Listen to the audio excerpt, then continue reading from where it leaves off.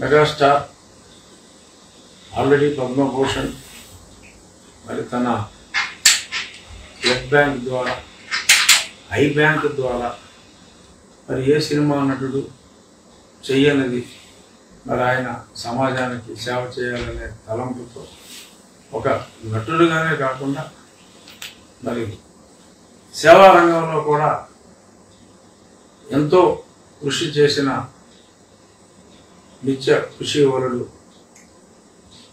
చిరంజీవి గారు.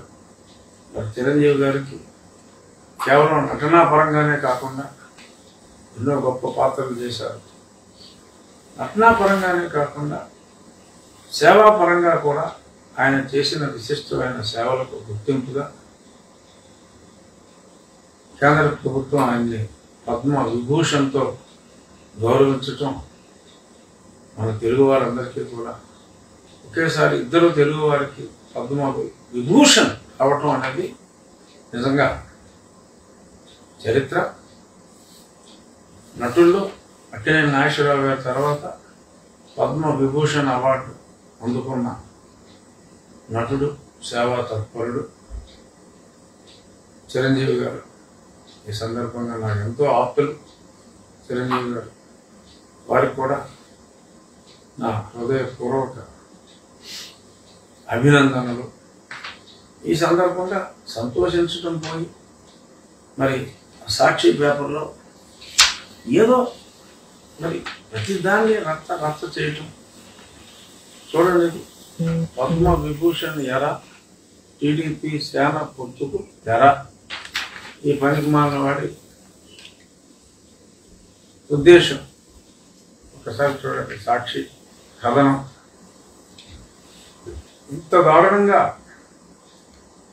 కథనం రాస్తారా? నేను చదివి వినిపిస్తా. ఇంత దారుణం.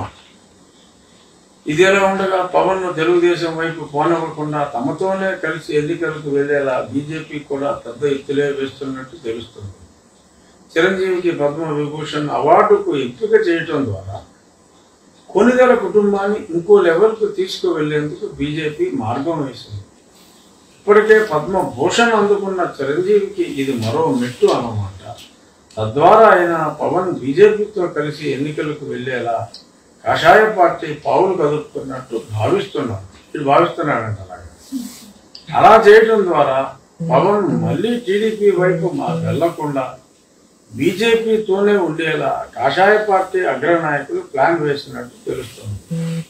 ఇన్ని చేసిన తెలుగుదేశం వేసే ఎంగిలి బ్రతుకులు కేతకటానికి అలవాటు పడిపోయిన పవన్ బీజేపీ పట్ల సానుకూలంగా ఉంటాడా, మళ్ళీ ఒప్పుకుంటూ టీడీపీ వైపు వెళ్తారా అనేది ఇప్పటికైతే తెలియటం లేదు.